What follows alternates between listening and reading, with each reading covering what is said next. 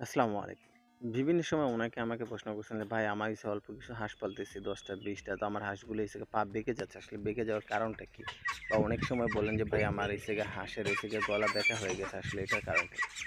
তো এটা হইছে হাঁসের হইছে বিভিন্ন সময় বিভিন্ন রোগবালাই হয়। কিন্তু এই রোগটা উপদিত হয় হইছে ভিটামিনের অভাবে।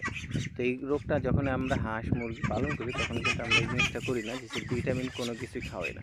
আমরা এমনকি হইছে ব্রুডিংও করি না যার কারণে হচ্ছে বিভিন্ন সময় এই রোগটা দেখা দেয়।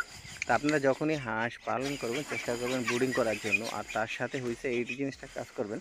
হাঁসগুলাকে হইছে চেষ্টা করবেন হইছে ভিটামিন B1, B2 এই জিনিসগুলো হচ্ছে খাওয়ানোর জন্য। কারণ এই প্যারালাইসটা হয় কোন সময়? যখন হাঁসের হইছে ছোট থেকে বড় হতে শুরু করে, তখন এই সমস্যাটা সবচেয়ে বেশি দেখা দেয়। তো আপনারা চেষ্টা করবেন এই জিনিসটা হইছে আপনারা এটা হইছে খাওয়ানোর জন্য। তো আপনাদেরকে নিচে হইছে স্ক্রিনে দিয়ে দিলাম হইছে আপনারা কি খাওয়াবেন।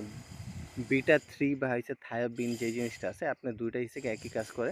বিটাতে হইছে একটা জিনিস বেশি কাজ করে। বিটা 1, ভিটামিন 1, ভিটামিন 2, ভিটামিন 6 তো এই জিনিসটা হচ্ছে বেশি কাজ করে। আর থায়োবিনটা হচ্ছে আমরা কমার বিষয়ে অনেকে চিনি যেহেতু হচ্ছে অনেক পুরান একটা ওষুধ যার কারণে। কিন্তু এটার সাথে আপনি যদি বিটা যদি মিক্স করেন তাতেও কোনো সমস্যা নেই। আপনার হাঁসগুলো হচ্ছে খুব ভালো থাকবে এমনকি আস্তে, আস্তে আপনার যে হাঁসগুলো হচ্ছে পা বেঁকে গেছে বিভিন্ন সময় বিভিন্ন সমস্যা হয়েছে তার ঘাটতিগুলো আস্তে, আস্তে পূরণ হয়ে যাবে। এই ঘাটতিগুলো আপনারা তখনই করবেন যখন হচ্ছে হাঁসগুলোর কোনো রোগবালাই না হইছে তখন। এই যে জিনিসটা যদি করেন তাহলে পরবর্তীতে দেখা যেত আপনার হাঁসগুলো ভালো